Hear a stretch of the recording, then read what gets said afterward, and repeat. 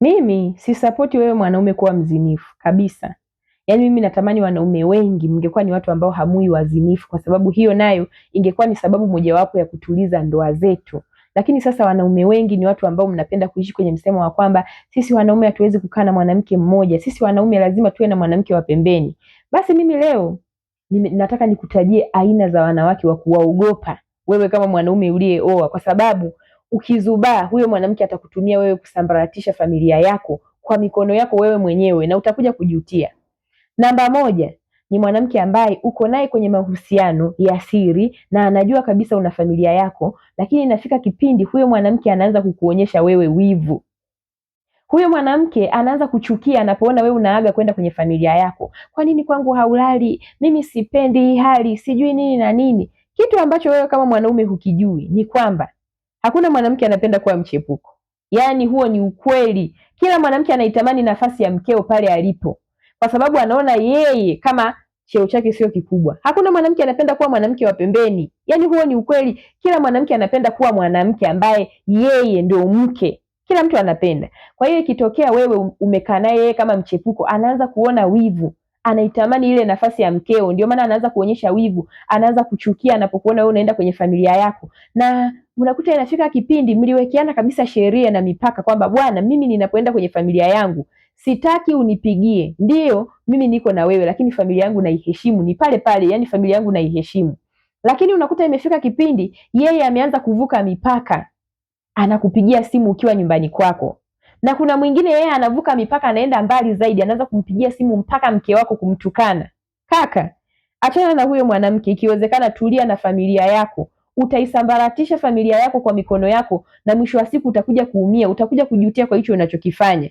Kwa sababu huyo mwanamke huo wivu wake ukiendelea kuwa hivyo, atakapofika mahali akaanza kukupigia wewe simu ukiwa nyumbani kwako, akiona haitoshi akaanza kujitambulisha kwa mke wako, kufanya tu vitu vya ovyo ovyo, na ikiwezekana akishaona wewe bado unaipenda sana familia yako, anaweza kuja kukuroga wewe na mkeo. Hivi unafikiri watu wanarogwa vipi? Wanarogwa kwa sababu hao wanawake wa nje wanaanza kuwaonea wivu, wanaanza kutamani nafasi za wake zao. Kuna watu wake zao walifanyiwa vitu vya yani walirogwa na hao wanawake wa nje ili wao wanawake wa nje wapate nafasi ya kuja pale. Mwingine anakuroga hata wewe akili yako inabadilika. Unaisambaratisha familia yako, unajikuta umemchukua huyo mwanamke unaishi naye. Mwisho wa siku akili inapokuja kurudi unakuwa umechelewa. Mwanamke yeyote anayeanza kukuonyesha wivu, achana naye. Ni afadhali utulie na familia yako. Uzinifu sio kitu kizuri. Aina ya pili ya mwanamke ambaye wewe mwanaume uliyeoa unatakiwa kumuogopa ni yule mwanamke ambaye anaanza kuonyesha kama anakupenda sana. Anaanza kutaka kuwa mwema kuliko mke wako.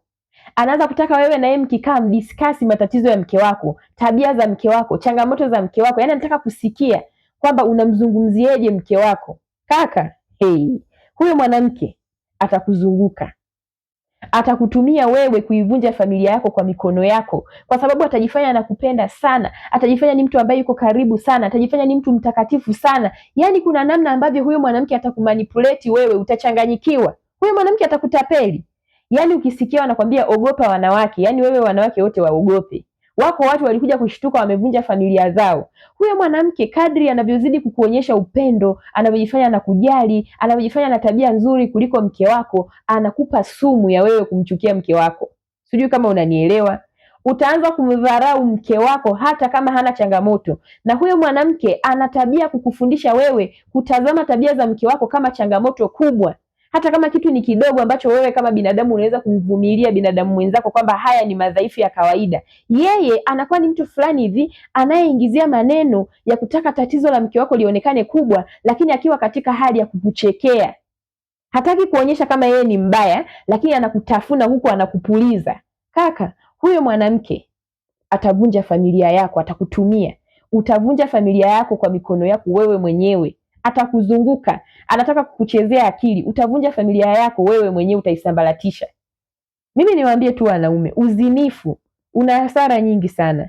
Yaani wewe kama mwanaume usifikiri wanavyosema mwanaume hawezi kukaa na mwanamke mmoja ni sifa. Sio sifa nzuri ile hata siku moja. Kwa sababu kuwa na wanawake tofauti tofauti unajihatarisha wewe kiafya, kiroho na kimwili. Hizi athari tatu unaweza ukazipata. unaweza ukazipata, kwa sababu kuna wakati unaweza ukapata magonjwa. Unaweza ukaja ukapata magonjwa kwa sababu ya huyo mwanamke wa nje, na kuna mwingine yeye anaweza kawa anakupa nuksi kwenye maisha yako, na kuna mwingine yeye anavyofanya moyo wa mke wako unakunja na mambo yako yanakuwa hayaendi. Sijamaanisha kwamba wewe huwezi kupata pesa kwa sababu ya mwanamke, hapana, lakini kuna wanawake wengine huwa wako kwako kama wasaidizi wa kiroho. Kwa hiyo namna unavyozidi kumuumiza, akikunja moyo wake, na wewe mambo yako yanajikunja. Kwa hiyo mimi nakwambia kaka, kama wewe ni mwanaume kamili ambaye wewe unasema mimi ni mwanaume na unahisi unaweza kuachana na michepuko, achana nayo. Wewe unamtazama mke wako vibaya kwa sababu ya huyo mwanamke. Wewe unaona mke wako tabia zake kama ni ngumu kwa sababu ya huyo mwanamke. Huyo mke wako sio kwamba ana tabia mbaya sana. Huyo mke wako sio kwamba ana changamoto kubwa kiasi hicho, lakini kuna mtu anayekaa nyuma yako anakufundisha wewe kumtazama vibaya.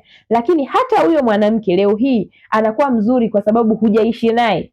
Siku utakayoishi naye na ukashuhudia changamoto zake, hautaamini, utashangaa kwa sababu hukutarajia kitu utakachokiona. Hakuna mkamilifu, hilo lazima ulijue. Lakini mwanamke yeyote anayeanza kujifanya yeye ndio bora kuliko mke wako, elewa kwamba anakuvizia wewe uvunje familia yako ili akae yeye. Anakutumia wewe. Siku utakapokuja kushtuka, utajikuta tu umechelewa, umekuja kuoa huyo mwanamke na atakufanya ujute na familia yako umeshavunja. Kuwa makini sana wewe kama mwanaume, hisia zako zisije zikakupeleka vibaya.